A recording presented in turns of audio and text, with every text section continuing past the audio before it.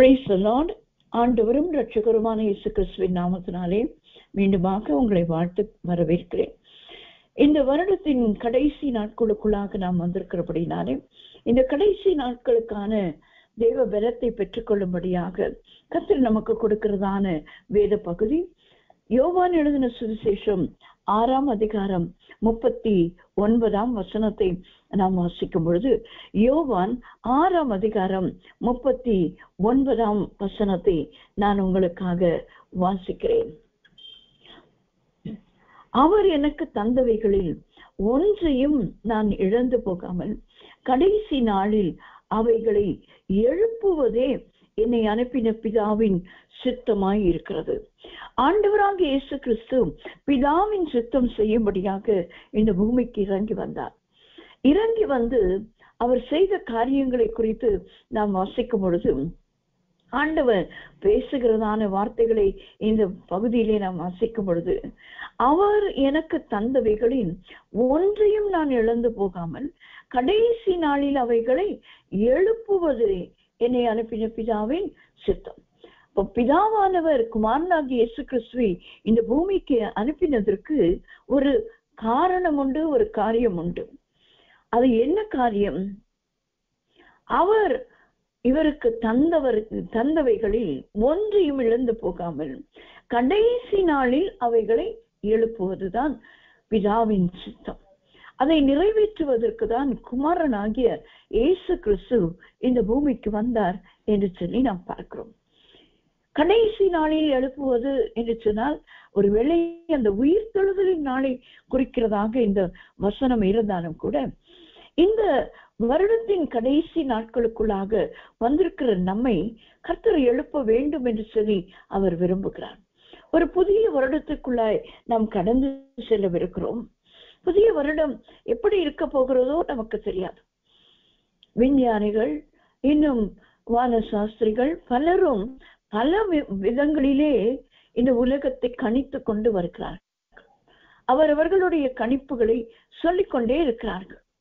இது நடக்கும், அது நடக்கும், இது நடக்கும், இது நடக்கும்.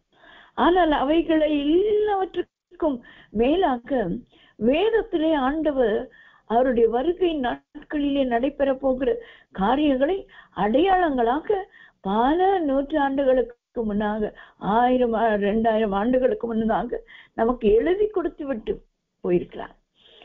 ஆகையால் நாம் இவைகளை நாம் பார்க்கும் பொழுது இவர்கள் சொல்லுவதெல்லாம் இப்பொழுதுதான், ஆனால் அவர்களால் முழுமையாகவும் கணிக்க முடியாமல் இருக்கிறார்கள் என்பதையும் அவர்களே ஒத்துக்கொள்ளுகிறார்கள். இயற்கை சில நேரங்களிலே மாறும் என்று சொல்லி இயற்கையின் மேலே பாரத்தை போட்டு விடுகிறார்கள், கண்டுபிடிக்க முடியாத நேரத்தில்.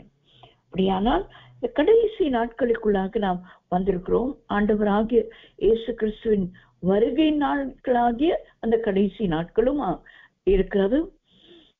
தீமோத்தேயுக்கு அப்போஸ்தலனாகிய பவுல் எழுதும் போது அந்த கொடிய நாட்கள் என்கிற அந்த கடைசி நாட்களுக்குள்ளாகவும் நாம் வந்திருக்கிறோம்.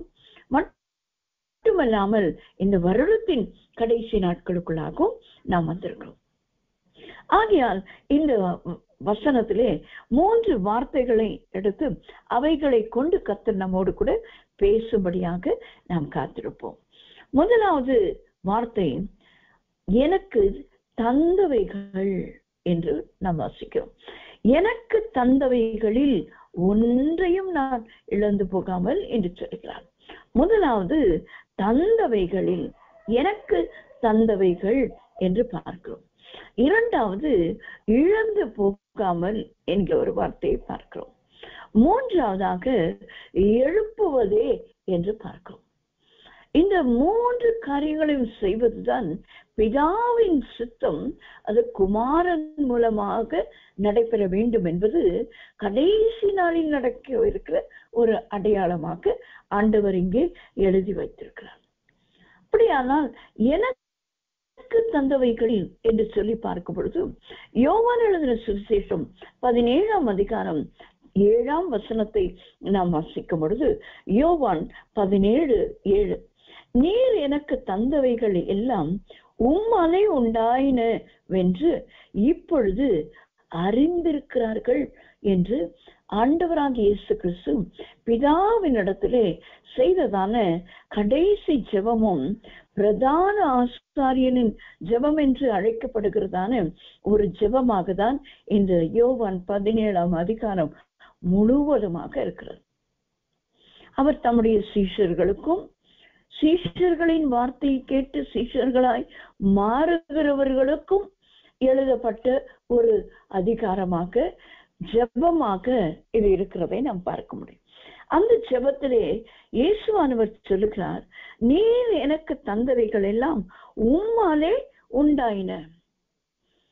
அப்படியானால் கடைசி நாளிலே எழுப்பப்படுவதற்கு நாம் தேவனாலே உண்டானவர்கள் என்பதை நாம் மறந்துவிடக்கூடாது என்பதை இந்த கடைசி நாட்களிலே ஞாபகப்படுத்துகிறார் கர்த்தராகிய இயேசு கிறிஸ்து.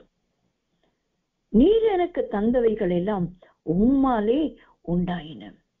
உம்மாலே உண்டாயினவை என்று இவர்கள் இப்பொழுது அறிந்திருக்கிறார்கள் என்று சொல்லுகிறார். நாம் அறிந்து கொள்ள வேண்டியது என்ன? நாம் எல்லாம் கர்த்தரால் உண்டாக்கப்பட்டவர்கள், அவராலே நற்கிரியைகளை செய்ய சிருஷ்டிக்கப்பட்டவர்கள் என்று போதகர் அவர்களுடைய சாட்சியிலே சொன்னார்.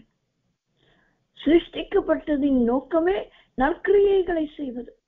நல்ல தேவனுக்கு ஒரு சாட்சியாய், நல்ல தேவனுக்கு நற்கிரியை செய்கிறவர்களாய் இந்த பூமியிலே நாம் இருக்கும்படியாக பிதாவின் சித்தமாய் இருக்கிறது.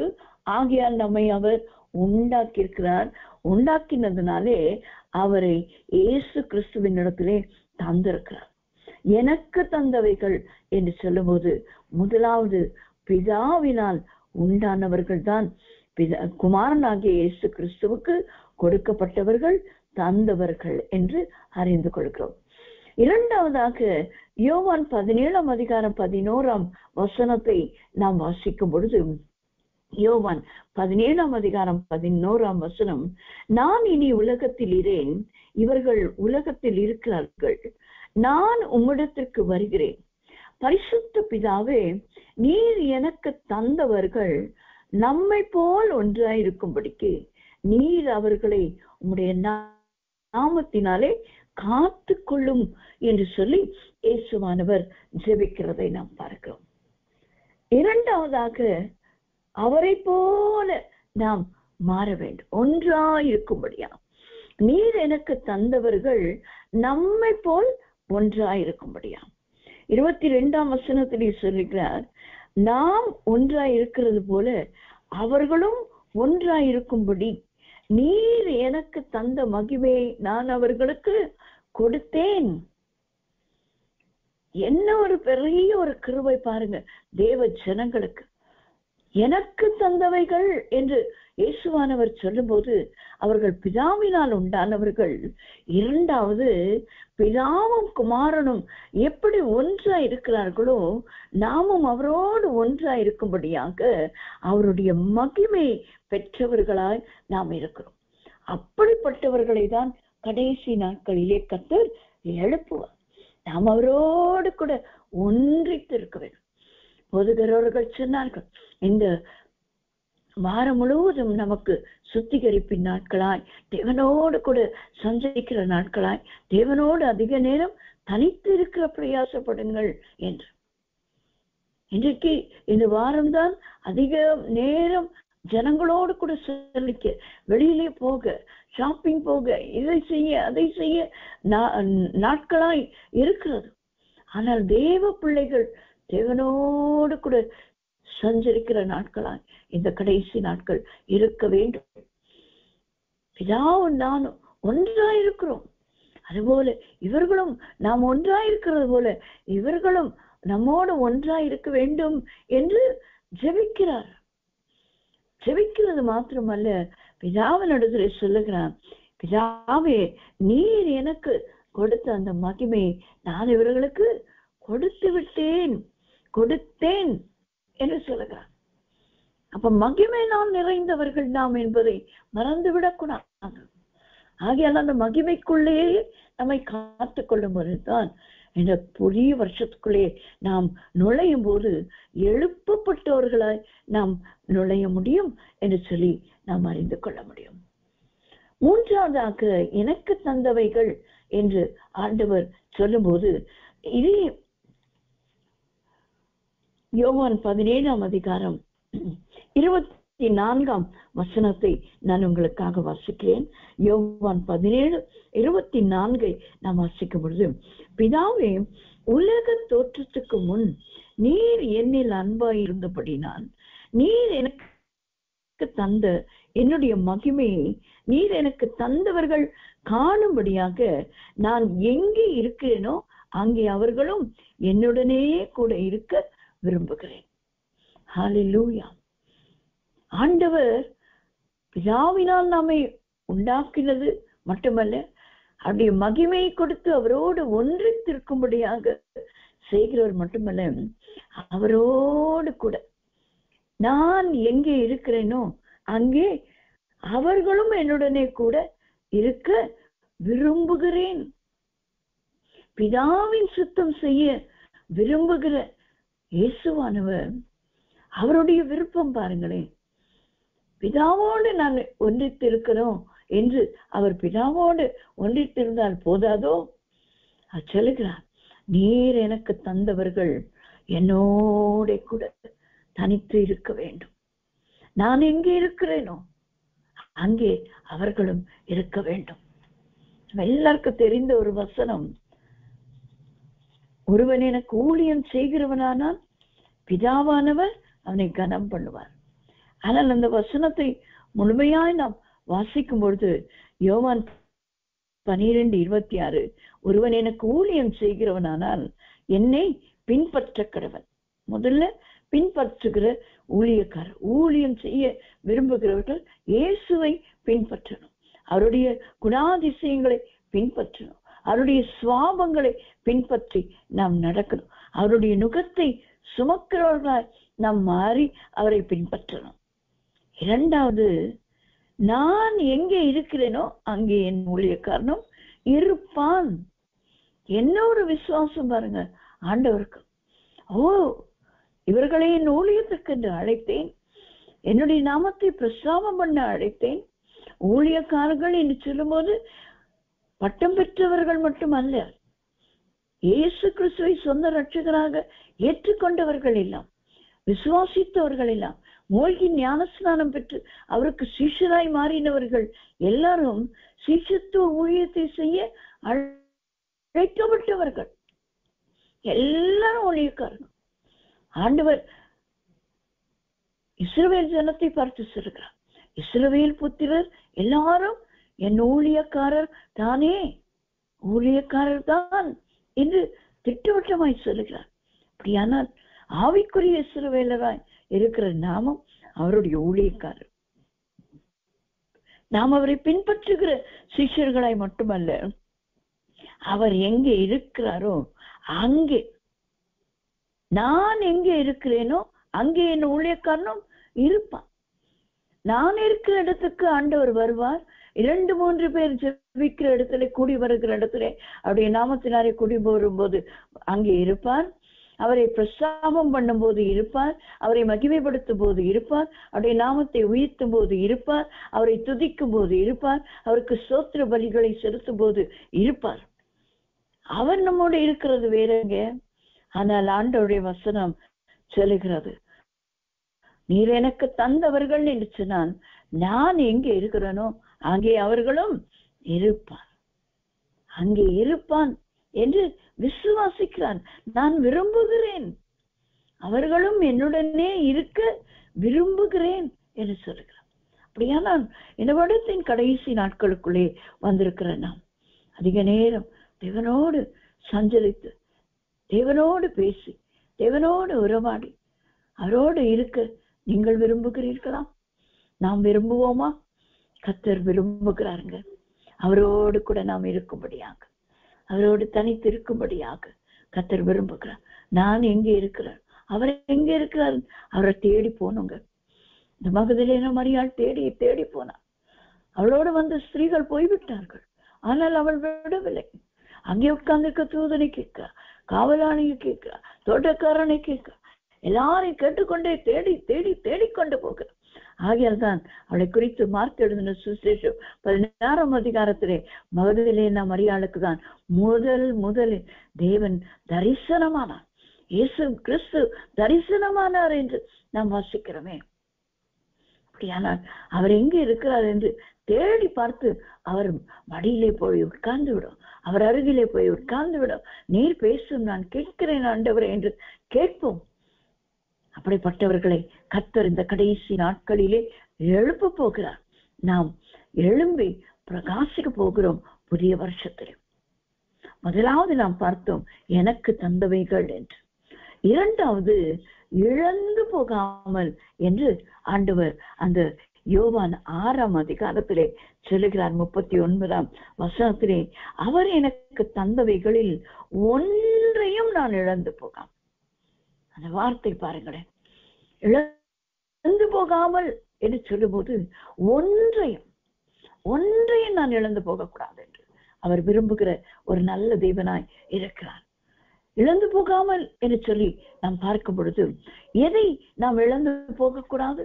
எபிரேயருக்கு எழுதின நிருபம் 12ஆம் அதிகாரம் 15ஆம் வசனத்தை நாம் வாசிக்கும் பொழுது, எபிரேயர் 12ஆம் அதிகாரம் 15ஆம் வசனம், ஒருவனும் தேவனுடைய கிருபையை இழந்து போகாத படிக்கும் யாதொரு கசுப்பான வேர் முளைத்தெழும்பி கலக்கம் உண்டாக்குகிறதினால் அநேகர் தீட்டுப்படாத படிக்கும் நாம் எச்சரிக்கையா இருக்க வேண்டும் என்று நாம் வாசிக்கிறோம். ஒருவனும் தேவனுடைய கிருபையை இழந்து போகக்கூடாது. இது கிருபையின் நாட்கள். ஆனால் கிருபையை போக்கடிக்கிறவர்கள் இன்றைக்கு அநேகர் இருக்கிறார்கள் என்று வேதம் சொல்லுகிறது. நாம் கிருபையை போக்கடிக்காமல் கர்த்தர் நமக்கு கொடுத்த கிருபையை தக்க வைத்துக் கொள்ள வேண்டும். கிருபை எல்லாருக்கும் கொடுத்து, கிருபையினாலேதான் நாம் நிர்மூலமாகாமல் இருக்கிறோம். இன்றைக்கு ஒரு வேற புற ஜாதியாராயிருந்தாலும், எந்த மதத்தினராயிருந்தாலும், எந்த நாட்டினர் பாஷைக்காரராயிருந்தாலும் அவர்கள் ஜீவனோடு இருப்பது யாராலே? கர்த்தருடைய கிருபையாலே. நாம் நிர்மூலமாக இருக்கிறது அவருடைய கிருபையே, அவருடைய கிருபைதான். எல்லாரும் ரட்சிக்கப்படுகிறது கர்த்தருடைய கிருபைதான் தான். எல்லாமே கிருபைதான். கிருபையினாலேதான் எல்லாரையும் தேவன் காத்து கொண்டு வருகிறார் என்பது எல்லாருக்கும் கொடுக்கப்படுகிறது. அது மத சம்பந்தம் இல்லாத, பாஷை சம்பந்தம் இல்லாத, இடம் சம்பந்தம் இல்லாத எந்த ஒரு காரியமும் அதற்கு இடையூறாய் இல்லாத ஒரு காரியம் என்று நாம் பார்க்கிறோம். அந்த கிருபைக்கு ஒரு அளவும் இல்லை, கிருபைக்கு ஒரு தராதரம் பார்த்து கொடுக்கிறதும் இல்லை, எந்த ஒரு காரியமும் இல்லை. எல்லாருக்கும் கொடுக்கப்படுகிறது தான் கிருபை. ஆனால் அந்த கிருபையை நாம் தக்க வைத்துக் கொள்ள வேண்டும், அதை இழந்து போகக்கூடாது. கிருபை எல்லாருக்கும் கொடுக்கப்பட்டிருக்கிறது. ஆனால் அதை போக்கடிக்கிறவர்கள் அதை இழந்து போய்விடுவார்கள், காணாமல் போய்விடும். நம்மிடத்திலே நாம் பெற்ற கிருபை. நாம் சவுலை குறித்து நாம் வாசிக்கும் பொழுது, தேவனாலே அபிஷேகம் பண்ணப்பட்டவன், தேவனுடைய தீர்க்கதரிசியாகிய சாமுவேலை கொண்டுதான் கழுதை தேடி போன அவன் ராஜாவாக அபிஷேகம் பண்ணப்பட்டான். அதன் பின்பு சகல ஜனங்களுக்கு முன்பாக அபிஷேகம் பண்ணும்படி அழைத்த போது அவன் தன்னை ஒழித்துக் கொண்டான். ஆனால் சமஸ்த இஸ்ரவேலிலும் அவன் உயர்ந்த மனுஷனான். அவன் தோளுக்கு கீழ்தான் எல்லாரும் இருந்தார்கள். ஆனாலும் அவனுக்கு ஒரு பயத்திலே ஒளிந்து கொண்டிருந்தான். அவனை அழைத்துதான் அபிஷேகம் பண்ணி ஒரு 40 ஆண்டுகள் சமஸ்த இஸ்ரவேலின் மேலே ராஜாவாயிருந்தான். ஆனால் தேவனுக்கு கீழ்ப்படியாததினாலே, தேவன் அவனுக்கு கொடுத்த கிருபையை போக்கடித்ததினாலே அவன் ராஜ்ய பாரத்தை இழக்கவில்லை, தேவ கிருபையை இழந்து அவன் மேலிருந்த அபிஷேகத்தை இழந்து விட்டான். தேவனால் விடப்பட்ட ஒரு பொல்லாத ஆவி அவனை ஆட்கொண்டது என்று வேதம் சொல்லுகிறது. தேவனால் அபிஷேகம் பண்ணப்பட்டவனுக்கு கிருபை எடுக்கப்படும் போது அந்த கிருபையோடு அந்த அபிஷேகமும் போய்விடும். சும்மா வேண்டுமானால் அந்நிய பாஷையை பேசலாமே ஒழிய, பிசாசும் கூட பேசும். அந்நிய பாஷை பேசுகிறதுனாலே ஒரு மனுஷனோ மனுஷியோ அபிஷேகம் பெற்றவர்கள் என்பது அல்ல. தாவீதை குறித்து நாம் வாசிக்கும் பொழுது தேவ ஆவியானவர் தாவீதோட கூட தங்கி இருந்தார், அவர் எப்பொழுதும் இருந்தார் என்று நாம் வாசிக்கிறோம். ஆகியால்தான் அவனுக்கு பழி வாங்குவதற்கான சமயம் கிடைத்த போது கூட அவன் அதை செய்யவில்லை. தேவனுடைய அபிஷேகத்தை, தேவனுடைய ஆவியை இழந்த ஒரு சவுலை பார்த்து ஒரு வார்த்தை சொல்லுகிறார் தாவீது, தேவனால் அபிஷேகம் பண்ணப்பட்டவன் மேல் நான் என் கையை போடுவது எப்படி? நான் போட மாட்டேன், யாரும் போடாதீங்க என்று சொல்லி அவனை கொன்றவனை கூட கொன்றவன் தாவீது. சவுலை கொன்று சந்தோஷமாய் வந்து தாவீதினிடத்துல வந்து நின்றவனை கொன்று போட்டவன் தாவீது. அப்போ அந்த அபிஷேகம் தான் தெய்வ பிள்ளைகளிடத்துல இன்றைக்கு இருக்க வேண்டும். அப்படியானால் அவருக்கு தந்தவைகளில் இழந்து போகாமல் இருப்பது என்ன? கிருபையை நாம் இழந்து விடக்கூடாது என்று தேவன் விரும்புகிறார். அவர் கொடுத்த கிருபை நாம் தக்க வைத்துக் கொள்ள வேண்டும் என அவர் கொடுத்த அந்த அபிஷேகத்தை நாம் காத்துக்கொண்டு, கர்த்தர் நம்மேல் வைத்த அந்த அபிஷேகம் ஒரு வித்தியாசமான அபிஷேகம், எல்லாருக்கும் கொடுக்கப்படுகிற அபிஷேகம் தேவ பிள்ளைகளுக்கு கொடுக்கிறது இல்லைங்க. ஒரு விசேஷித்த அபிஷேகம், அது மாம்சமான யாவர் மேலும் ஊற்றப்பட்டாலும் தேவனோடு கூட சஞ்சரிக்கிறவர்கள், அவர் எங்க இருக்கிறாரோ அவரோடு கூட இருப்போமானால் அவர் கொடுக்கிற அபிஷேகம் ஒரு வித்தியாசமான அபிஷேகம், எல்லாரை போல அல்ல, ஒரு வித்தியாசமான அபிஷேகம். அது தேவ கிருபையினால் மட்டுமே நாம் பெற்றுக்கொள்ள முடியும். அந்த கிருபையை நாம் இழந்து போய்விடக்கூடாது. இரண்டாவதாக இழந்து போகாமல் என்று சொல்லி நாம் பார்க்கும் பொழுது அப்போஸ்தலர் நடபடிகளின் புஸ்தகம் 1 அதிகாரம் 24 நாம் வாசிக்கும் பொழுது, அப்போஸ்தலர் நடபடிகளின் புஸ்தகம் 1 அதிகாரம் 24 இவ்வாறாக சொல்கிறது. எல்லாருடைய இருதயங்களையும் அறிந்திருக்கிற கர்த்தாவே, யூதாஸ் என்பவன் தனக்குரிய இடத்துக்கு போகும்படி இழந்து போன இந்த ஊழியத்திலும் இந்த அப்போஸ்தல பட்டத்திலும் பங்கு பெறுவதற்காக இவ்விரண்டு பேரில் தேவரே தெரிந்து கொண்டவனை எங்களுக்கு காண்பித்தருளும் என்று ஜெபம் பண்ணி சீட்டு போட்டார்கள். இங்கே நாம் இந்த இழந்து போன ஒரு ஊழியத்தை குறித்து நாம் இங்கே பார்க்கிறோம். இழந்து போகாமல் என்று சொல்லி ஆண்டவர் சொல்லும் போது, இந்த கடைசி நாட்களிலே முதலாவது நாம் தேவ கிருபையை, அந்த அபிஷேகத்தை நாம் இழந்து போய்விடக்கூடாது. இரண்டாவது, கர்த்தர் நமக்கு கொடுக்கிற ஊழியத்தை நாம் இழந்து போகக்கூடாது. நாம் இந்த யூதாஸ் காரியத்தை குறித்து நாம் வாசிக்கும் பொழுது, இந்த அப்போஸ்தலர் நடபடிகளின் புஸ்தகத்திலே நாம் வாசிக்கிறோம்.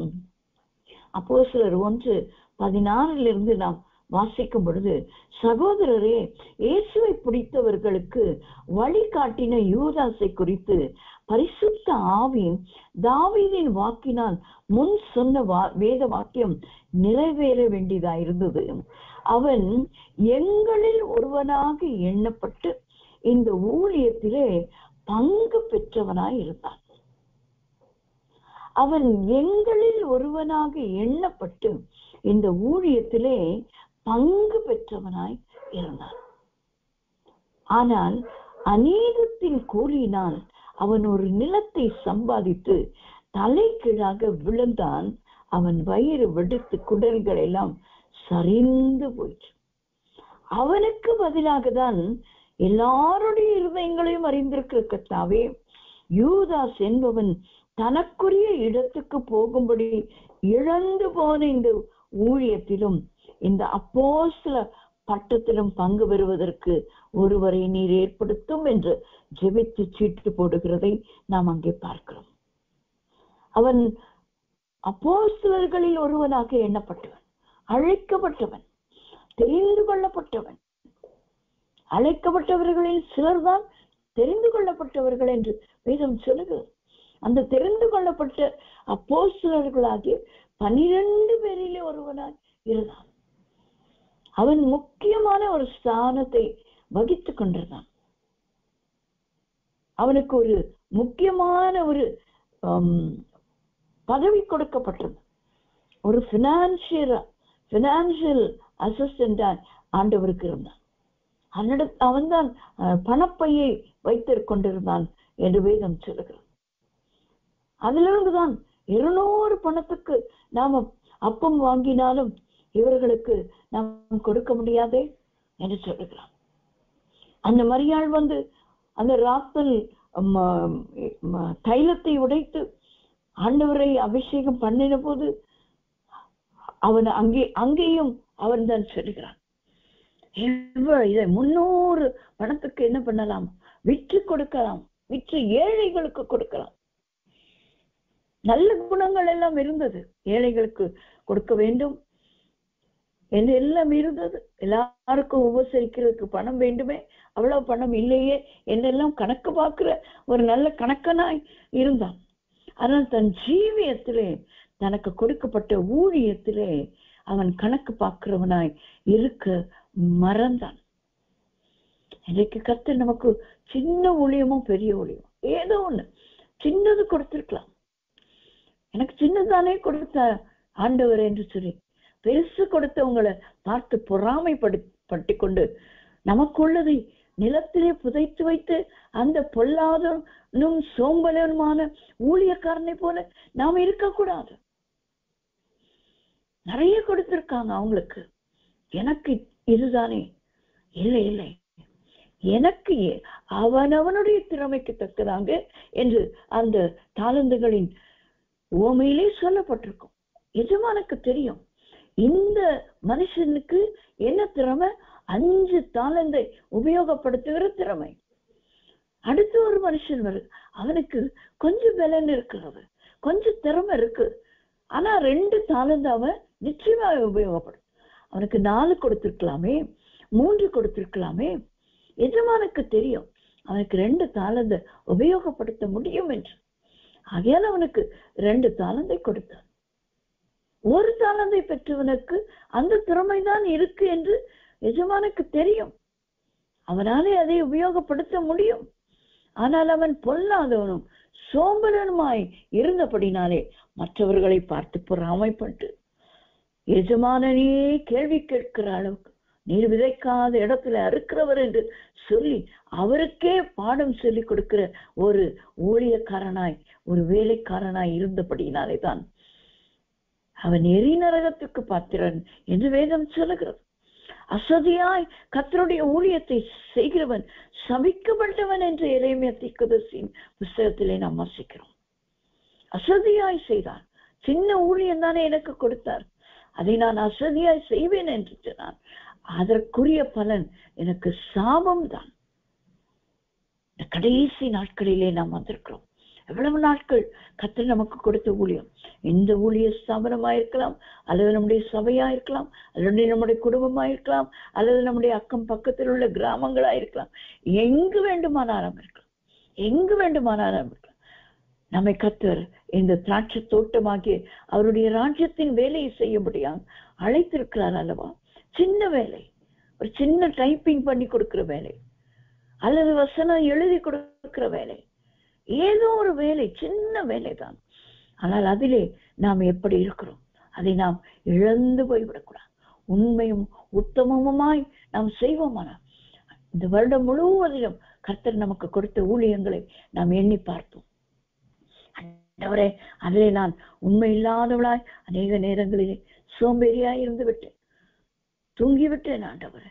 இந்த ஊழியத்தை செய்யாமல் நான் வெளியிலே போய்விட்டேன் ஆண்டவர், அசதியாய் இருந்து விட்டேன் ஆண்டவர், என்னை மன்னியும் என்று சொல்லி நான் மன்னிப்பு கேட்டு இனி வரும் நாட்களிலே நான் ஒருபோதும் அசதியா இல்லாமல் இது இழந்து போன ஊழியம், அவன் இழந்தான், ஆனால் அந்த ஊழியம் வேற ஒருவனுக்கு கொடுக்கப்பட்டு விட்டது,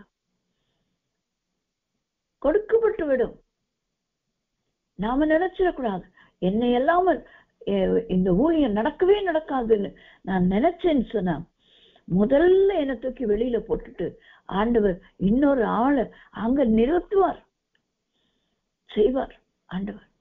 நான் அதுக்கு தகுதி இல்லை என்று நான் நினைத்து, ஆண்டவரே தகுதி இல்லாத என்னை ஏற்படுத்தினீரே, எனக்கு கிருபை தாரும் என்று மட்டும் அதை இழந்து போன கிருபையை மீண்டும் பெற்றுக்கொண்டு இழந்து போன ஊழியங்களை திரும்ப பெற்றுக்கொள்ள கர்த்தர் நம்மை இந்த கடைசி நாட்களிலே எழுப்பும்படியாக வந்திருக்கிறார். என்னையும் சேர்த்துதான் நான் சொல்லுகிறேன். எத்தனையோ நேரங்களிலே அசதியாய் தூங்கிவிட்டேனே ஆண்டவரே. நான் பேசிக்கொண்டிருக்கும் போது ஆவியானவர் என்னோடு கூட பேசிக்கொண்டிருக்கிறதுனால தான் அந்த வார்த்தைகளை நான் உங்களுக்கு உபயோகப்படுத்துகிறேன். அசதியாய் தூங்கிவிட்டேனே ஆண்டவரே, ஊழியத்தை முழுமையாய் நிறைவேற்றாமல் தூங்கிவிட்டேனே. அப்படியானால் அந்த ஊழியம் என்னிடத்திலிருந்து பிடுங்கி போடப்படும். அங்கே நாம் அந்த தாளந்துகளை ஓமையிலே நாம் வாசிக்கும் பொழுது உள்ளவன் இடத்திலே அது கொடுக்கப்பட்டது. அவனுக்கு 5 தாளந்து 10 இருக்கிறதே, ஏன் அவனுக்கு கொடுக்கிறீர்? அவனுக்கு தான் இருக்கிறது. இல்ல, உள்ளவனுக்கு தான் இன்னும் கொடுக்கப்படும்.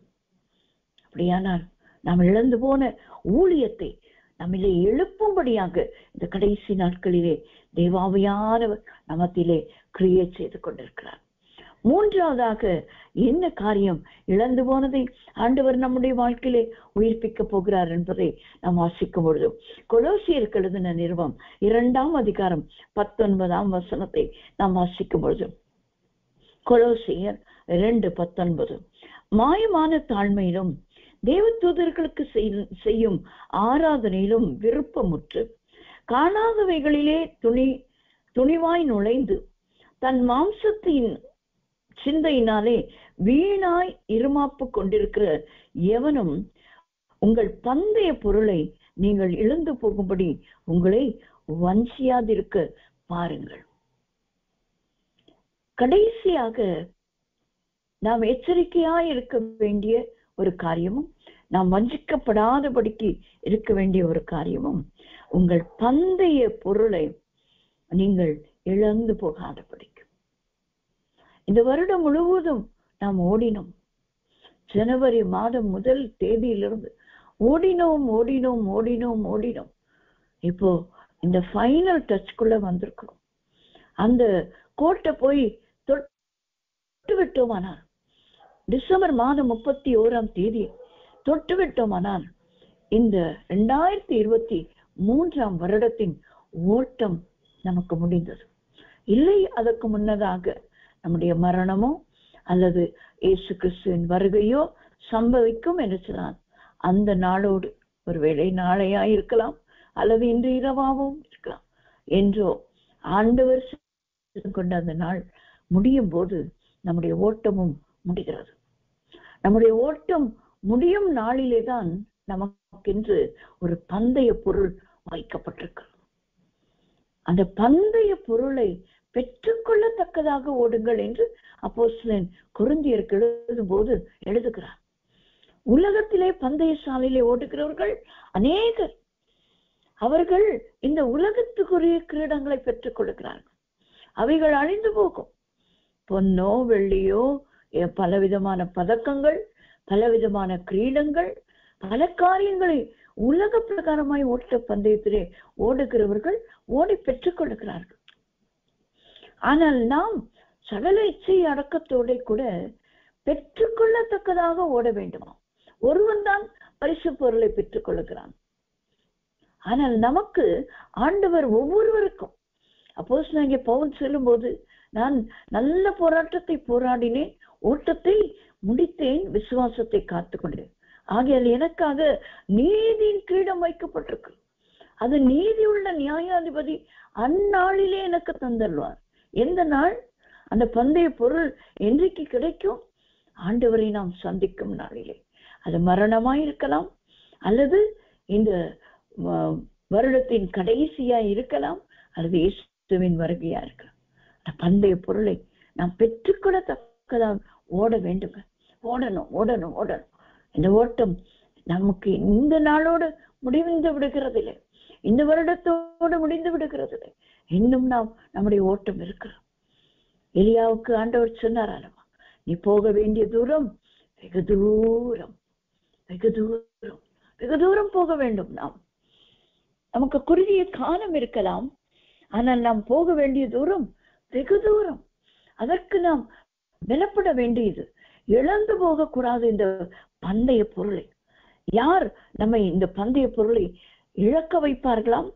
மாயமான தாழ்மையிலும் தேவ தூதர்களுக்கு செய்யும் ஆராதனையிலும் விருப்பமுற்று காணாதவைகளிலே துணிவாய் நுழைந்து தன் மாம்ச சிந்தையினாலே வீணாய் இருமாப்பு கொண்டிருக்கிற எவனும். இவைகளை செய்கிறவர்கள் நாம் அடைய வேண்டிய அந்த பந்தய பொருளை இழக்க செய்து விடுவார்கள். ஆகையால் நாம் எப்படி இருக்க வேண்டுமாம்? உங்களை வஞ்சியாது இருக்க பாருங்கள். ஆண்டவராகிய இயேசு கிறிஸ்து நம்முடைய வருகைக்கான அடையாளங்களிலே முதல் கொடுத்த அடையாளமே நீங்கள் வஞ்சிக்கப்படாதபடிக்கு எச்சரிக்கையாயிருங்கள். அப்படியான பல காரியங்கள் நம்முடைய பந்தய பொருளை இழப்பதற்கு நேரிடுவதற்கான காரணங்கள் இருக்கலாம். நுழைகிறவர்களாய் அநேகர் இருக்கலாம். நுழைந்து என்று நாம் பார்க்கிறோம். காணாதவைகளிலே துணிவாய் நுழைவார்களாம். மாயமானவைகளை செய்கிறவர்கள், மாயமான தாழ்மை. அப்படி அல்ல. தேவதூதருக்கு செய்யும் ஆராதனை என்று பலவிதமான ஆராதனைகள், இவைகள் எல்லாம் மாம்ச சிந்தனையினாலே அவர்கள் வீணாய் இருமாப்பு கொள்ளுகிறவர்களாயிருப்பார். மாம்ச சிந்தனை. ஆகையால் இவைகளுக்கு நாம் விலகி இருப்போமானால் நாம் நம்முடைய பந்தய பொருளை இழக்க மாட்டோம். கடைசி நாளிலே நம்மை எழுப்ப சித்தமுள்ளவராயிருக்கிறார். கடைசியாக மூன்றாவது வார்த்தையாக யோவான் 6ஆம் அதிகாரம் 39ஆம் வசனத்திலே அவைகளை எழுப்புவதே என்னை அனுப்பின பிதாவின் சித்தம். கடைசி நாளில் அவைகளை எழுப்புவது எப்படி நம்மை எழுப்புகிறார் என்று இதை யோவான் 6ஆம் அதிகாரத்திலே 3 காரியங்களை பார்த்து நாம் முடிக்கவிருக்கிறோம். முதலாவது நாம் பார்த்தோம், எனக்கு தந்தவைகள், அவருக்கு தந்தவைகள் பிதாவினால் உண்டானவர்கள், அவரை போல ஒன்றித்து அவருடைய மகிமையை பெற்றவர்களாய் இருக்கிறவர்கள். அவர் எங்கே இருக்கிறாரோ அங்கே தங்கியிருக்கிறார்கள். இரண்டாவது, இழந்து போகாமல் என்று பார்த்தோம். அந்த இழந்து போகாமல் நாம் எதை இழந்து போகக்கூடாது? கிருபையை இழந்து போகக்கூடாது. நம் ஊழியத்தை இழந்து போகக்கூடாது. கர்த்தர் நமக்கு கொடுத்து அந்த பந்தய பொருளை பெற்றுக்கொள்ளத்தக்கதாக ஓடி அந்த பந்தய பொருளை நாம் இழந்து போகக்கூடாது. மூன்றாவதாக கடைசி நாளில் ஆண்டவர் எழுப்புவது எதினாலே என்று சொல்லி பார்க்கும்போது யோவான் 6ஆம் அதிகாரம் 40ஆம் வசனத்தை நாம் வாசிக்கும் பொழுது, யோவான் 6:40, குமாரனை கண்டு அவரிடத்தில் விசுவாசமாய் இருக்கிறவன் எவனோ அவன் நித்திய ஜீவனை அடைவதும் நான் அவனை கடைசி நாளில் எழுப்புவதும் என்னை அனுப்பினவருடைய சித்தமாயிருக்கிறது. இங்கே யாரை ஆண்டவர் எழுப்புவார் என்று சொன்னால், குமாரனை கண்டு அவரிடத்தில் விசுவாசமாயிருக்கிறவர். நாம் எல்லாம் காணாமல் விசுவாசிக்கிறவர்கள் தான். ஆனால் நாம் இருதயத்திலே அவரை கண்டு விசுவாசிக்கிறவர்கள். கண்களினாலே காணாதவர்கள், ஆனால் இருதயத்திலே கண்டு விசுவாசிக்கிறவர்கள். அவர்களைத்தான் ஆண்டவர் பாக்கியவான்கள் என்று சொன்னார். ஆகையால் அவரை விசுவாசிக்கிறவர்கள் தான் நித்திய ஜீவனையும் அடைவார்கள். அவர்களை கடைசி நாளிலே கர்த்தர் எழுப்புவார். ஆகையால் விசுவாசத்தை நாம் இந்த கடைசி நாட்களிலே விட்டுவிடக்கூடாது. இவ்வளவு நாட்கள் எவ்வளவோ விசுவாச அறிக்கைகளை நாம் செய்திருக்கிறோம். அதை உண்மையாய் செய்திருந்தோமானால் அது நம்முடைய வாழ்க்கைக்கு ஆசீர்வாதமாயிருக்கும். இல்லை, ஏதோ கடமைக்கு என்று போதகர் சொல்லுகிறார், யாரோ ஒருவர் அதை முன்னின்று நடத்துகிறார்கள், அவர்களுக்காக சொல்கிறேன் நினைச்சனால் அந்த விசுவாச அறிக்கை என்னுடைய வாழ்க்கையிலே பலிக்காது. ஆனால் விசுவாசம், நாம் அவரை இருதயத்திலே கண்டு விசுவாசிக்கும் போது கர்த்தர் நம்மை எழுப்புகிறவராயிருக்கிறார். இரண்டாவது யோவான் 6:44 நாம் வாசிக்கும் பொழுது, என்னை அனுப்பின பிதா ஒருவனை இழுத்து கொள்ளாவிட்டால் அவன் என்னிடத்தில் வரமாட்டான். கடைசி நாளில் நான் அவனை எழுப்புவேன். யாரை கர்த்தர் எழுப்புவார் என்று சொன்னால், பிதாவினால் இழுக்கப்பட்டவர்கள். நாம் முதலாவது பார்த்தோம், அவர் குமாரனுக்கு தந்தவர்கள் பிதாவினால் உண்டானவர்கள். ஆனால் யாரை கர்த்தர் எழுப்புவார் என்று சொன்னால், அவரை விசுவாசிக்கிறவர்கள் மட்டுமல்ல, பிதாவினால் இழுக்கப்பட்டவர்களாய் நாம் இருக்க வேண்டும். அவர்கள்தான் பிதாவின் சுத்தத்தை செய்ய முடியும். அவர்கள்தான் கடைசி நாளிலே குமாரனாகிய இயேசு கிறிஸ்துவினால் எழுப்பப்பட முடியும். எழுப்பப்படுவதற்கு பிதாவினால் இழுக்கப்பட வேண்டும். ஏன் இன்றைக்கு அநேகர் ரட்சிக்கப்படாமல் இருக்கிறார்கள் என்று சொன்னால், பிதா அவர்களை இன்னும் இழுத்து கொள்ளவில்லை. உங்களை என்னையும் இழுத்து கொண்டதற்காக கர்த்தருக்கு ஸ்தோத்திரம். இழுத்து கொள்ளப்பட்டவர்கள் நாம். நம்மை இழுத்து கொண்டு வந்து விட்டாருங்க. எத்தனை பாக்கியசாலிகள் நாம். இன்னும் யாரையெல்லாம் ஆண்டவர் இழுத்து கொள்ள வேண்டுமோ அவர்களை இழுத்து கொண்டால்தான் குமாரனாகிய கிறிஸ்து இயேசு கடைசி நாளிலே அவர்களை எழுப்புவார். ஆகையால் யாவரையும், அதுக்குதான் இயேசுவானவர் சொன்னார், அறுவடை மிகுதி, ஆனால் வேலையாட்கள் குறைவா இருக்கிறார்கள். ஆகையால் எஜமான் அறுப்புக்கு ஆட்களை அனுப்பும்படி எஜமான இடத்துல நீங்கள் வேண்டிக் கொள்ளுங்கள். நாம் அநேக காரியங்களுக்காக செபிக்கிறோம். அறுவடைக்கு எஜமான் ஆட்களை அனுப்பும்படியாக நாம் செபிக்க வேண்டும். அதுதான் இழுத்து கொள்ளுகிற அனுபவம். நம்மிடத்திலே அவர் இழுத்துக் கொள்ளுகிறார். நேரமில்லை உன்னத பாட்டின் புஸ்தகத்தை ஆண்டவர் என்ன செய்கிறாராம், அந்த நேசர் அவருடைய நேசத்தினாலே சுலமித்தி இழுத்துக் கொள்ளுகிறார். நம் தீர்க்கதரிசன புஸ்தகங்களில் வாசிக்கிறோம், காருண்யத்தினாலே என்னை இழுத்து கொண்டார். நம்மை இழுத்து கொள்ளுகிற பிதாவினிடத்திலே நாம் மாத்திரம் வருகிறதில்ல, அநேகரை ஆண்டவர் இழுத்துக் கொள்ளும்படியாக பிதாவினிடத்திலே நாம ஜெபிக்கிறோம். எஜமானே நீர் இழுத்து கொள்ளும், அநேகரை இழுத்து கொண்டு இந்த அறுவடைக்கு ஆட்கள் இல்லை, ஆட்களை ஏற்படுத்தும் என்று நாம் அவரிடத்திலே நாம் ஜெபிக்க வேண்டியவர்களாய் காணப்படுகிறோம். கடைசி நாளிலே எழுப்பப்படுகிறவர்கள் பிதாவினால் இழுக்கப்பட்டவர்கள். கடைசியாக சொல்லி முடிக்கிறேன்.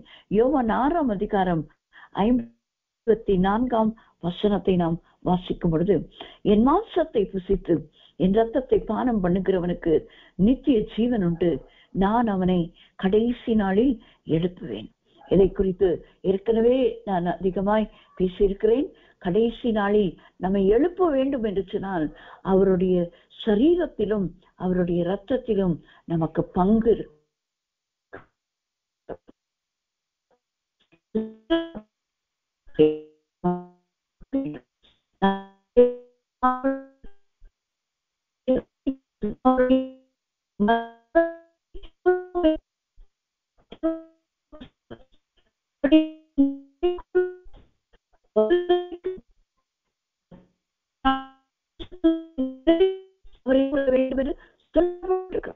அது நினைவு கூறுவதற்காக உண்டாக்கப்பட்டதான ஒரு காரியம். அது நிமித்தம் கடைசி நாளிலே ஆண்டவராகிய இயேசு கிறிஸ்து அவருடைய சரீரத்திலும் இரத்தத்திலும் பங்குள்ளவர்களை தான் எழுப்புவார் என்று சொல்லி நாம் அறிந்து கொள்கிறோம். அப்படியாக இந்த கடைசி நாட்களுக்குள்ளாக நாம் வந்திருக்கிறோம். கர்த்தர் நம்மை தட்டி எழுப்ப வேண்டும். தூங்குகிற நீ மரித்தோரை விட்டு எழுந்திரு என்று அப்போஸ்தலனாகிய பவுல் எபேசியருக்கு எழுதும் போது எழுதுகிறதை நாம் வாசிக்கிறோம். நாம் மரித்தோர் இடத்திலே நாம் இருக்கக்கூடாது. மரித்தோரும் மௌனத்தில் இறங்குகிறவர்களும் தேவனை துதியார்கள். தேவனை துதித்து தேவனோடு கூட வாசம் பண்ணுகிறவர்கள், ஜீவனோடு கூட இருக்கிறவர்கள், தங்கள் ஜீவனை இழந்தாலும் கர்த்தருக்காய் தங்கள் ஜீவனை கொடுக்க ஆயத்தமா இருக்கிறார். தூங்குகிற நீ மரித்தோரை விட்டு எழுந்திரு, அப்பொழுது கிறிஸ்து உன்னை பிரகாசிப்பார் என்று சொல்லி இருக்கிறார் என்று எபேசியர் 5:14 நாம் வாசிக்கிறோம். இந்த புதிய வருஷத்திற்குள்ளே நுழைய போகிற நம்மை கர்த்தர் பிரகாசிக்க செய்ய போகிறார். இருண்ட ஒரு காலம்தான் வரப்போகிறது. 2024 நல்ல காலம் பிறக்குது என்று சொல்லி கொட்டடிக்கிற காலம் இல்லை. இனி நல்ல காலம் இல்லை, கெட்ட காலம்தான், கொடிய காலம்தான். வேதம் அதை சொல்கிறது, வேதம் சொல்லுகிறது. ஆகையால் இனி வரும் நாட்கள் உலகத்தாருக்கு எப்படி இருக்குமோ நமக்கு தெரியாது. ஆனால் நமக்கு நம்மை கர்த்தர் பிரகாசிப்பிக்கிற நாட்களா இருக்க போகிறது. நம்மை பிரகாசிப்பிக்க போகிறார். நம் மூலமாய் அநேகர் இந்த மெய்யான ஒளியாகிய இயேசுவை கண்டு கொள்ள போகிறார். ஆகையால் இந்த கடைசி சில நாட்கள் உண்டு. இதிலே நாம் தேவனோடு கூட சஞ்சரித்து தனித்து வாசம் பண்ணி தேவனோடு கூட பேசிக்கொண்டு அவருடைய இருதயத்தின் பாரம் என்ன என்று சொல்லி அறிந்து கொண்டு அவர் ரகசியமாய் சொல்லுகிறவைகளை நான் இதை உங்களுக்கு சொல்லுகிறேன், அதை நீங்கள் வெளியே புறப்பட்டு போய் சொல்லுங்கள் என்று சொல்லுகிறான். நிறைய ரகசியங்களை தேவ பிள்ளைகளுக்கு இந்த கடைசி நாட்களிலே கர்த்தர் வெளிப்படுத்த போகிறார். அதை தீர்க்கதரிசனமாக எழுதி வைத்துக் கொள்ளுங்கள். யார் யார் தேவனோடு கூட சஞ்சரித்து இந்த கடைசி சில நாட்கள் எனக்கு உலக ஆசபாசங்கள் வேண்டாம், உலக காரியங்கள் வேண்டாம் என்று எல்லாவற்றையும் ஒதுக்கி தள்ளிவிட்டு தேவனோடு கூட வாசம் பண்ணுகிறோமோ அவர் கடைசி நாளில் எழுப்புவேன் என்று சொல்லுகிறார். ஆகையால் நம் எதையும் கர்த்தர் நமக்கு கொடுத்த கிருபை, கர்த்தர் நமக்கு கொடுத்த ஊழியம், கர்த்தர் நமக்கு கொடுத்ததான பங்கு, கர்த்தர் நமக்கு வைத்திருக்கிறதான அந்த பந்தய பொருள் எதையும் நாம் இழக்காதபடிக்கு அவரோடு கூட நாம் இந்த நாட்களிலே வாசம் பண்ணுவோம் என்று சொன்னார். புதிய வருடத்திலே கர்த்தர் நம்மை பிரகாசிப்பிக்க செய்ய போகிறார். கிறிஸ்து உன்னை பிரகாசிப்பிப்பார் என்று சொல்லி இருக்கிறார் என்று எழுதப்பட்ட இந்த வார்த்தை கொண்டு உங்களை தேற்ற விரும்புகிறேன். நம்ம எழுப்ப போகிறார் ஆண்டவர். நாம் நம்முடைய துக்கத்தை விட்டு எழும்புவோம், மரித்தோரை விட்டு எழும்புவோம். மரித்தோர் தங்கள் மரித்தோரை அடக்கம் பண்ணட்டும் என்று சொன்னால் என்ன அர்த்தம்?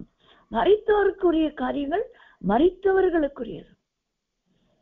மரித்தவர்கள் துதிக்க மாட்டார், மரித்தவர்கள் ஜெபிக்க முடியாது, மரித்தவர்கள் பிரசங்கிக்க முடியாது, மரித்தவர்கள் ஊழியம் செய்ய முடியாது, மரித்தவர்கள் தேவனை மகிமைப்படுத்த முடியாது. அதைதான் ஆண்டவர் இங்கே வெளிப்படுத்தி எழுதி வைத்திருக்கிறார். தூங்குகிற நீ என்று சொன்னார். நாம் தூக்கத்தை எல்லாம் விட்டு இருக்க முடியாது, ஆனால் கொஞ்சம் தூக்கத்தை விட வேண்டும்.